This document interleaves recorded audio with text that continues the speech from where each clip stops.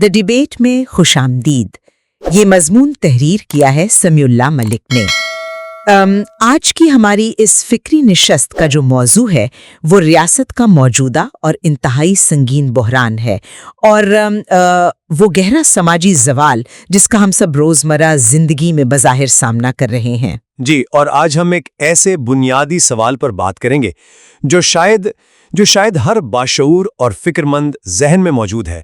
وہ یہ کہ کیا ریاست پاکستان ایک ایسے مریض کی طرح ہو چکی ہے جسے اب صرف مرہم کی نہیں بلکہ ایک انتہائی سخت جراحی یعنی سرجری کی ضرورت ہے؟ بالکل، اور اس کے ساتھ ہی یہ سوال بھی جڑا ہے کہ کیا اس قدر کمزور اور جان بلب نظام کو فوری انقلاب یا کڑے احتساب کا زوردار جھٹکا دینا، کیا یہ اسے مکمل موت کی طرف دھکیل سکتا ہے؟ میرا اس حوالے سے بڑا واضح موقف یہ ہے کہ دیکھیں، جب مریض کی حالت انتہائی تشویشناک ہو اور اس کے اعضاء کام کرنا چھوڑ رہے ہوں تو ایک بڑی سرجری کا مطالبہ اس خستہ حال ریاستی نظام کو مزید عدم استحکام اور شاید تباہی کی طرف لے جا سکتا ہے۔ میرا ماننا ہے کہ ہمیں بتدریج اور انتہائی محتاط ادارہ جاتی اصلاحات کی ضرورت ہے۔ میں آپ کے اس محتاط رویے کو سن رہا ہوں اور اس کی منطق بھی سمجھتا ہوں، لیکن میرا نقطہ نظر یہاں بالکل مختلف ہے۔ میرا موقف یہ ہے کہ جب بیماری رگو پے میں اتر چکی ہو اور نظام اندر سے اس قدر کھوکھلا ہو جائے کہ وہ محض ایک چلتی پھرتی لاش بن جائے تو وہاں مرہم اور تسلیاں یہ صرف ایک دھوکہ ہے۔ ایسی صورتحال میں جراحی ہی واحد راستہ بچتی ہے۔ جب زوال اس نہج پر پہنچ جائے تو کڑوا علاج کوئی چوائس نہیں رہتا بلکہ زندہ رہنے کی آخری شرط بن جاتا ہے۔ اچھا، لیکن ذرا اس چلتی پھرتی لاش یا کمزور مریض کے استعارے پر تھوڑے تنقیدی زاویے سے غور کریں۔ مصنف نے خود سماج کی جو منظر کشی کی ہے، جس میں بازاروں میں چیختی ہوئی مہنگائی ہے، عدالتوں میں سسکتا ہوا انصاف ہے اور نوجوانوں کی بے روزگاری ہے، وہ بالکل درست ہے۔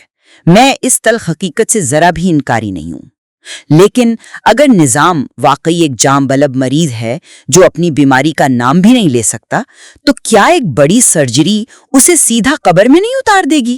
میرا مطلب ہے، سرجری کے لیے بھی تو جسم میں اتنی جان ہونی چاہیے کہ وہ بے ہوشی کی دوا اور نشتر کا وار سہ سکے۔ آپ مریض کو بچانے کے ڈر سے دراصل اسے سسک کر مرنے کے لیے چھوڑ دے رہی ہیں۔ ذرا سوچئے، اگر ایک عضو گل سڑ چکا ہے، اس میں گینگرین پھیل چکا ہے، تو کیا کوئی بھی معالج یہ کہے گا کہ مریض کمزور ہے اس لیے ہم بس اس پر پٹی باندھ دیتے ہیں؟ نہیں، وہ عضو ہر حال میں کاٹنا پڑتا ہے۔ مصنف نے بالکل واضح کیا ہے کہ یہ جو ہم کچھ نہیں ہوگا یا وقت کے ساتھ سب خود ٹھیک ہو جائے گا کہ جھوٹی امید لگائے بیٹھے ہیں، یہ تاریخ کا سب سے بڑا سراب ہے۔ میں گینگرین کی اس طبی مثال کو سمجھتی ہوں، لیکن یہاں بات ایک فرد کی نہیں ہے نا، یہاں بات کروڑوں عوام اور ایک پورے ریاستی ڈھانچے کی ہو رہی ہے۔ آپ جس جراحی کی بات کر رہے ہیں، یعنی ایک کڑا احتساب یا فوری تبدیلیاں، اس کا عملی مطلب ہے موجودہ کلیدی اداروں کو ایک زوردار جھٹکا دینا۔ کیا آپ واقعی سمجھتے ہیں کہ ہمارے مفلوج ادارے اس شاک تھراپی کو برداشت کر پائیں گے؟ کیا ہم ایک ہی جھٹکے میں سب کچھ زمین بوس نہیں کر دیں گے؟ شاک تھراپی؟ آپ کو لگتا ہے کہ نظام ابھی شوق میں نہیں ہے؟ میرا مطلب ہے کہ ایک مکمل عوام ہر روز شوق برداشت کر رہے ہیں۔ دیکھیں، جب کسان کی مٹھی خالی ہو، مزدور سارا دن خوار ہو کر بھی بچوں کا پیٹ نہ پال سکے اور لوگ اپنے بچوں کی فیسیں نہ دے سکیں، تو یہ کیا ہے؟ یہ شوق نہیں تو اور کیا ہے؟ جراحی کا خطرہ اپنی جگہ موجود ہے، میں اس سے ہرگز انکار نہیں کر رہا، لیکن بیماری کو اس کے حال پر چھوڑ دینے کا نتیجہ یقینی موت ہے۔ جب بغداد جلا، جب غرناطہ کا زوال ہوا یا جب ڈھاکہ کا سانحہ پیش آیا، تو اس وقت بھی فضا میں یہی محتاط سوچ معلق تھی کہ بس خطرے کو ٹال دیا جائے۔ بغداد اور غرناطہ کا زوال تاریخی حقیقتیں ہیں، میں تسلیم کرتی ہوں، مگر ہمیں یہ بھی تو دیکھنا ہوگا کہ اچانک اور غیر منظم تبدیلی لانے کی کوششوں نے کئی معاشروں کو مزید گہری خون ریزی میں بھی دھکیلا ہے۔ آپ جزوی اصلاحات کو محض مرہم کہہ کر مسترد کر رہی ہیں، لیکن دنیا کے کئی ممالک نے اپنے کرپٹ نظاموں کو دہائیوں پر محیط مختات پالیسیوں اور بتدریج اصلاحات سے ہی ٹھیک کیا ہے۔ آپ ایک ہی جھٹکے میں سب کچھ بدلنے کا رسک کیوں لینا چاہتی ہیں؟ کیونکہ ہمارے پاس وہ دہائیاں بچی ہی نہیں ہیں جب طاقت کو امانت کی بجائے مال غنیمت سمجھ لیا جائے اور ظلم روزمرہ کا معمول بن جائے تو بتدریج اصلاحات کا نعرہ صرف اور صرف ظالم کو مزید وقت دینے کا بہانہ ہوتا ہے۔ آپ وقت مانگ رہی ہیں، جبکہ مصنف نے خبردار کیا ہے کہ جتنی تاخیر ہوگی آپریشن اتنا ہی طویل، اذیتناک اور جان لیوا ہوتا چلا جائے گا۔ تاخیر بذات خود ایک فیصلہ ہے اور وہ فیصلہ تباہی کا ہے۔ اچھا، اگر ہم اس بحث کو تھوڑا آگے بڑھائیں اور یہ مان بھی لیں کہ تاخیر تباہ کن ہے، تو مجھے اس مضمون میں ایک بہت ہی گہرا فکری تضاد نظر آتا ہے۔ ذرا اس پر بات کرتے ہیں۔ ایک طرف تو مضمون میں انتہائی تاریک اور دل دہلا دینے والی منظر کشی کی گئی ہے، بازاروں کی چیختی مہنگائی، گھروں کے خاموش فاقے، اور دوسری سانس میں مصنف خبردار کرتا ہے کہ مایوسی ایٹمی تابکاری سے زیادہ خطرناک ہے۔ یہ تضاد نہیں تو کیا ہے؟ جو تحریر خود لوگوں کو یہ بتا رہی ہو کہ سب کچھ ختم ہو چکا ہے، وہ انہیں امید کا درس کیسے دے سکتی ہے؟ مجھے اس میں کوئی تضاد نظر نہیں آتا۔ یہ دراصل ایک انتہائی گہری نفسیاتی اور روحانی حقیقت ہے۔ جیسا کہ سمیع اللہ ملک اپنے مضمون میں واضح کرتے ہیں، یہ تحریر مایوسی نہیں پھیلا رہی، بلکہ یہ ایک بغاوت شعور ہے۔ تاریک منظر کشی کا مقصد عوام کو ڈرانا یا مایوس کرنا نہیں ہے، بلکہ انہیں اس گہری نیند اور غفلت سے جگانا ہے جس میں وہ مبتلا ہیں۔ جب تک آپ کو اس بات کا احساس ہی نہیں ہوگا کہ آپ کس قدر گہری کھائی میں گرے ہوئے ہیں، آپ باہر نکلنے کی جدوجہد کیسے کریں گے؟ جگانا اور ڈرانا دو الگ چیزیں ہیں۔ جب آپ ایک عام آدمی کو جو پہلے ہی پس چکا ہے یہ بتاتے ہیں کہ اس کے چاروں طرف صرف موت اور ناانصافی ہے، تو انسانی نفسیات یہ کہتی ہے کہ وہ لڑنے کی بجائے ہار مان لیتا ہے۔ وہ سوچتا ہے کہ جب پورا نظام ہی سڑ چکا ہے تو میں اکیلا کیا کر سکتا ہوں؟ کیا مصنف کی یہ نام نہاد بغاوت شعور دراصل عوام کو مزید بے بسی کا شکار نہیں کر رہی؟ بالکل نہیں۔ درد کو محسوس کرنا تو زندگی کی سب سے بڑی علامت ہے۔ مصنف کا استدلال یہی ہے کہ جب تک آپ کو اپنے زخموں کی تکلیف محسوس ہو رہی ہے، آپ زندہ ہیں۔ مردے کو درد نہیں ہوتا۔ وہ مایوسی کو ابلیسیت سے تشبیہ دیتے ہیں۔ کیوں؟ کیونکہ جب انسان امید ہار دیتا ہے تب وہ ظلم کو اپنا مقدر تسلیم کر لیتا ہے۔ یہ جو بھیانک حقائق ہیں، ان کا ادراک ہی بیداری کا پہلا قدم ہے۔ جب آپ کو درد ہوتا ہے تو آپ علاج ڈھونڈتے ہیں، آپ خاموش نہیں بیٹھتے۔ جی، میں مانتی ہوں کہ حقائق کا ادراک ضروری ہے، لیکن صرف درد کا احساس علاج تو نہیں ہوتا نا۔ مصنف نے اس بیداری کا رخ عوام کے ساتھ ساتھ اقتدار کے آوانوں کی طرف بھی موڑا ہے۔ وہ براہ راست طاقتور طبقے کو مخاطب کرتے ہیں اور کہتے ہیں کہ اقتدار ایک امانت ہے، کوئی تاج یا مال غنیمت نہیں۔ یہ بات اخلاقی اور مذہبی لحاظ سے بہت متاثر کن ہے، لیکن کیا ہم واقعی اتنے سادہ ہیں کہ یہ سمجھیں کہ سیاسی حقیقت پسندی، جسے ریئل پولیٹک کہتے ہیں، محض اخلاقی اپیلوں سے بدل جائے گی؟ آپ اسے صرف ایک اخلاقی اپیل سمجھ کر اس کی شدت کو کم کر رہی ہیں۔ مصنف اسے ایک اٹل تاریخی اور الہامی قانون کی وارننگ کے طور پر پیش کر رہے ہیں۔ وہ یہ بتا رہے ہیں کہ جب اشرافیہ کو ڈھیل دی جاتی ہے تو وہ ان کی کامیابی نہیں ہوتی، بلکہ ایک کڑی آزمائش ہوتی ہے۔ انہوں نے قرآن کے اس اصول کا حوالہ دیا ہے کہ جب کسی بستی کو ہلاک کرنا ہوتا ہے تو اس کے خوشحال طبقے کو کھلی چھوٹ مل جاتی ہے اور پھر ان پر عذاب آتا ہے۔ معاف کیجیے گا، لیکن ریئل پولیٹک میں طاقت ہمیشہ اپنا دفاع کرتی ہے۔ کوئی بھی طاقتور طبقہ، چاہے وہ دنیا کے کسی بھی حصے میں ہو، رضاکارانہ طور پر اپنی مراعات اور مفادات صرف اس لیے نہیں چھوڑتا کیونکہ اسے تاریخ یا روز قیامت کے حوالے دیے گئے ہوں۔ طاقت صرف طاقت کے سامنے جھکتی ہے، یہ تاریخ کا سبق ہے۔ آپ محض اخلاقیات یا الہامی حوالوں کی بنیاد پر ایک ظالم نظام کو کیسے گرا سکتے ہیں جب تک کہ زمینی طاقت کا توازن نہ بدلے؟ طاقت صرف بیرونی طاقت کے سامنے نہیں جھکتی، طاقت اس وقت بھی ٹوٹتی ہے جب وہ اندر سے گلنا شروع ہو جائے۔ یہ کوئی جذباتی اپیل نہیں ہے، یہ طاقت کے زوال کی ایک مسلم سائنس ہے۔ مصنف تاریخ کے کٹہرے کا حوالہ دے کر طاقتور کو اس کی اصل اوقات یاد دلا رہے ہیں۔ وہ یہ بتا رہے ہیں کہ اقتدار پر قابض طبقہ در حقیقت ایک ایسے انجام کی طرف بڑھ رہا ہے جہاں ان کے بیانیے اور ان کے ادارے انہیں نہیں بچا سکیں گے۔ رومن ایمپائر ہو یا سوویت یونین، جب نظام اندر سے کھوکھلے ہوئے تو ان کا بے پناہ پروٹوکول بھی ریت کی دیوار ثابت ہوا۔ یہ اپیل نہیں ہے، یہ ان کے خلاف ایک چارج شیٹ ہے۔ رومن ایمپائر یا سوویت یونین کا زوال صدیوں اور دہائیوں پر محیط تھا۔ وہ ایک دن میں نہیں گرے اور نہ ہی محض اخلاقی تنزلی اس کی واحد وجہ تھی۔ معاشی اور عسکری وجوہات بھی تھیں۔ میرا سوال یہ ہے کہ مصنف جس کڑے احتساب کا خواب دکھا رہے ہیں وہ کرے گا کون؟ طاقتور تو خود احتساب کے تمام اداروں پر مکمل طور پر قابض ہے۔ کیا ہم ایک ایسی مثالی دنیا کی بات نہیں کر رہے جو زمینی حقائق سے کوسوں دور ہے؟ ایک مفلوج نظام میں احتساب کا نشتر کون چلائے گا؟ بات مثالی دنیا کی نہیں ہے، بات ایک ناگزیر انجام کی ہے۔ مصنف طاقتور کو یاد دلا رہے ہیں کہ جس اقتدار کو تم غنیمت سمجھے بیٹھے ہو وہ در حقیقت ایک ٹائم بم ہے۔ جب عوام کا صبر جواب دیتا ہے اور نظام کا کھوکھلاپن حد سے بڑھ جاتا ہے تو پھر کسی منظم سرکاری ادارے کی ضرورت نہیں رہتی، پھر ایک ایسا عوامی سیلاب آتا ہے جو سب بہا لے جاتا ہے۔ مصنف اسی لیے انتباہ کر رہے ہیں کہ اس سیلاب اور تباہی سے پہلے خود احتساب اور جراحی کا راستہ اپنا لو۔ یوں کو بھی مجرم قرار دیتے ہیں۔ اب ذرا زمینی حقائق کو دیکھیں۔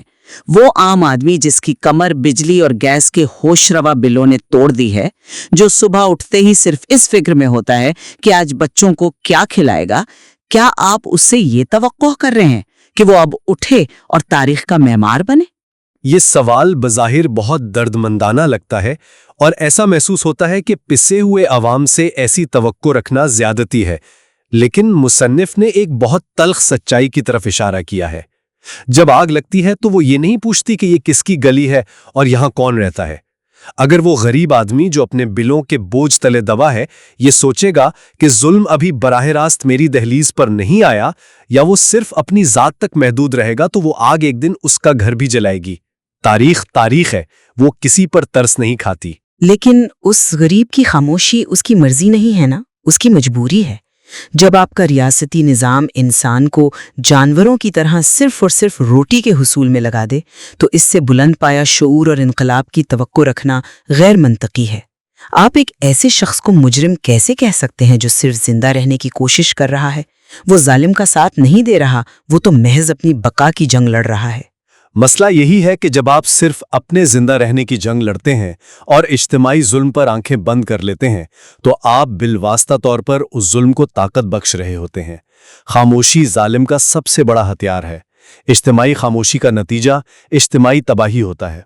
مصنف بڑی صراحت سے کہتے ہیں کہ محض اپنی ذات کی سلامتی مانگنا کافی نہیں، قومیں اجتماعی دعا اور اجتماعی اصلاح سے بچتی ہیں۔ باطل کے سامنے سر تسلیم خم نہ کرنا، چاہے آپ کتنے ہی کمزور کیوں نہ ہوں، ہر فرد کا فرض ہے۔ اجتماعی اصلاح تب ہوتی ہے جب معاشرے میں کوئی ایسا ڈھانچہ بچا ہو جو لوگوں کو جوڑ سکے۔ جب تعلیم، صحت اور انصاف کے تمام کلیدی ادارے مفلوج ہو چکے ہوں تو عوام کو کس پلیٹ فارم پر اکٹھا کیا جائے؟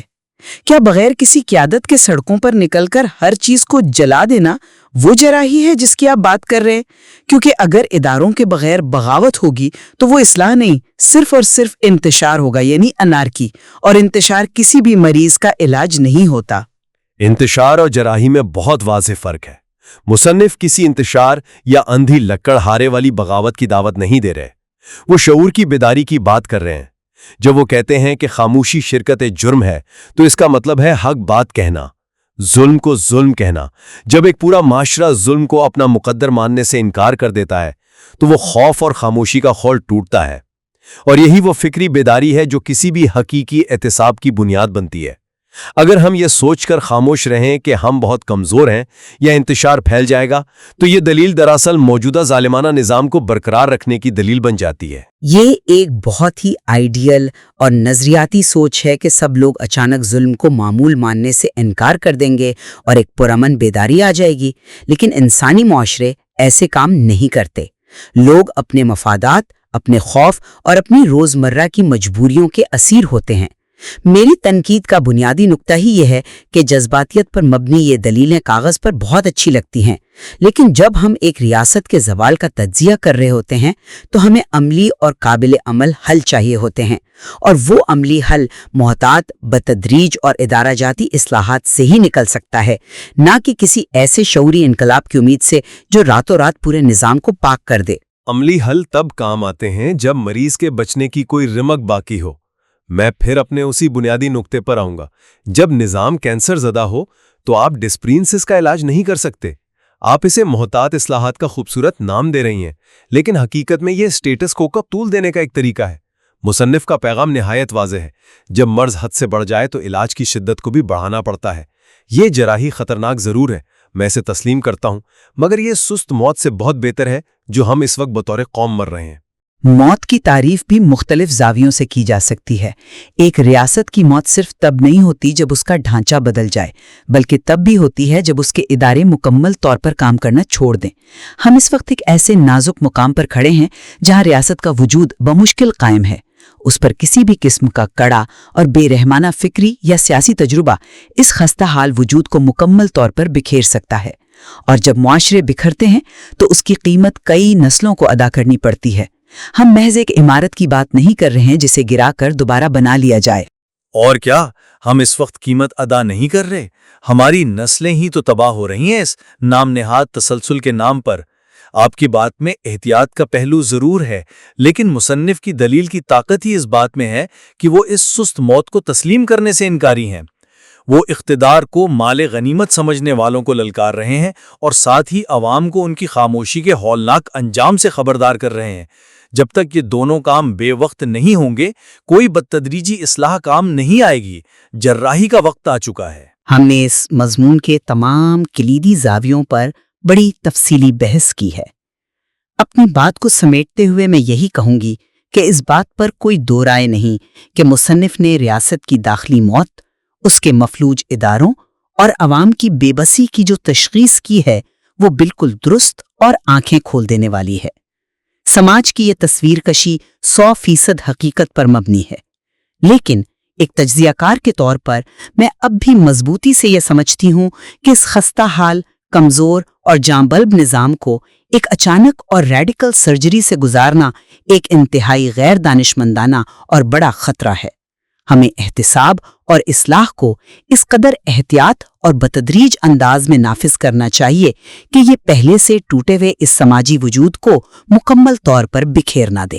آپ کی اس محتاط سوچ کی اپنی ایک منطق ہے جسے رد نہیں کیا جا سکتا، لیکن میں اپنے استدلال پر قائم ہوں اور اس بحث کو سمیٹتے ہوئے یہ واضح کرنا چاہتا ہوں کہ یہ مضمون اور ہماری آج کی یہ پوری گفتگو اس بات کی گواہی دیتی ہے کہ جب قومیں ظلم سہنے کی عادی ہو جائیں اور جب وہ اپنے اندر کا درد محسوس کرنا چھوڑ دیں تو ان کی موت یقینی ہو جاتی ہے۔ ہم تاریخ کے اس موڑ پر کھڑے ہیں جہاں تاخیر یا نام نہاد بدتدریجی اصلاحات اب کوئی قابل عمل آپشن نہیں رہا۔ کڑا احتساب، ظلم کے خلاف ایک اجتماعی بیداری اور اقتدار کو ذاتی جاگیر کے بجائے حقیقی معنوں میں ایک امانت سمجھنا ہی اس مریض کی بقا کی واحد ضمانت ہے۔ جراحی کا خطرہ جتنا بھی بڑا ہو، اب یہی وہ آخری راستہ ہے جو زندگی کی طرف جاتا ہے۔ بالکل، اور میرا خیال ہے کہ ہم اس بات پر مکمل اتفاق کر سکتے ہیں کہ ان دو بالکل مختلف زاویوں یعنی جراحی بمقابلہ تدریجی اصلاح اور خاموشی بمقابلہ بغاوت شعور پر اس طرح تنقیدی غور کرنے سے ہی ہمیں اس ریاستی بحران کی اصل گہرائی کو سمجھنے میں مدد ملتی ہے۔ معاشرے اور ریاست کی اصلاح کوئی سیدھا یا یک رخا عمل نہیں ہے، یہ ایک پیچیدہ مرحلہ ہے جس میں مسلسل غور و فکر، سخت دلیل اور گہرے تجزیے کی ضرورت باقی رہے گی۔ آج کی ہماری اس گفتگو کا مقصد ہرگز کسی ایک موقف کو حتمی قرار دینا نہیں تھا، بلکہ ان تمام فکری پرتوں کو کھولنا تھا تاکہ ہمارے سننے والے ان تلخ حقائق کی روشنی میں خود سوچیں اور اپنے نتائج خود اخذ کر سکیں۔ ہم امید کرتے ہیں کہ آپ بھی اس مکالمے کا حصہ بنیں گے اور اس قومی المیے پر سنجیدگی سے غور کریں گے۔ یہ فکر انگیز تحریر سمیع اللہ ملک کی ہے۔